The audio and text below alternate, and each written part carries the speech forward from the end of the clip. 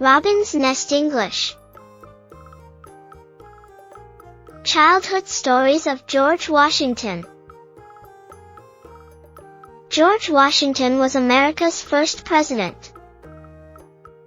You can see his picture on the dollar bill. There are many stories about George Washington's childhood. The most famous story is about a cherry tree. One day, George's father gave him a little hatchet. George wanted to try it out. The trees in the woods looked too big. But there was a pretty cherry tree in the garden. George swung his hatchet. He chopped the tree down, crash. Then he went off to play. George's father was very angry when he saw the tree. "Who cut down my beautiful tree?" he said. If George didn't say anything, no one would know. But George said, "I did, and I cannot tell a lie." Another story is about a horse. One morning, George went to the stable. He asked the stableman to give him the best horse. The stableman was afraid, but he gave George the horse. George took the horse out. He joined a big fox hunt. But the horse hurt its foot. George's mother saw the limping horse. She got very angry at the stableman. She was going to punish him harshly. But George said, "I made him do it, Mother." Here is another horse story. George's mother had a wild horse. No one knew how to ride it. George and his friends decided to try. George hopped on the horse. The horse bucked and tumbled. George hung on tight. But the horse had a bad heart. The horse fell over and couldn't get up. George and his friends were very upset. They didn't want to hurt the horse. George's mother came home. She asked about the horse. "I'm so sorry. I hurt the horse," George said. George's mother was mad.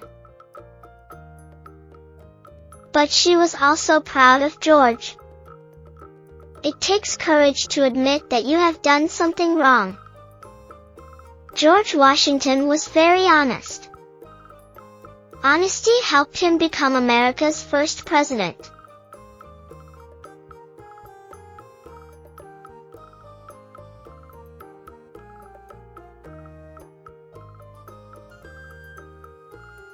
How Glooskap found summer. Long ago, it grew very cold. Ice and snow covered the land. Fires couldn't keep people warm, and corn couldn't grow. Glooskap, the leader of the people, had to do something. Glooskap traveled far to the north. Everything was white with snow. He came to a house of solid ice where a giant named Winter lived. Winter invited Glooskap inside. Winter began to tell stories of when he ruled the earth. Soon Glooskap fell asleep under Winter's spell. Winter was too powerful for Glooskap. But Glooskap's messenger, Tatler the loon, awoke him. "Travel south, Glooskap. You will find a woman who can defeat Winter," cried Tatler. Glooskap escaped and traveled far to the south where it was finally warm. Grass grew and flowers bloomed. Glooskap saw spirits dancing in circles. At the center was Summer. She had long brown hair, and she wore a crown of flowers. Glooskap asked Summer to come north with him. She followed him to Winter's house of ice. Winter invited them in and sat them down. He began to tell stories again.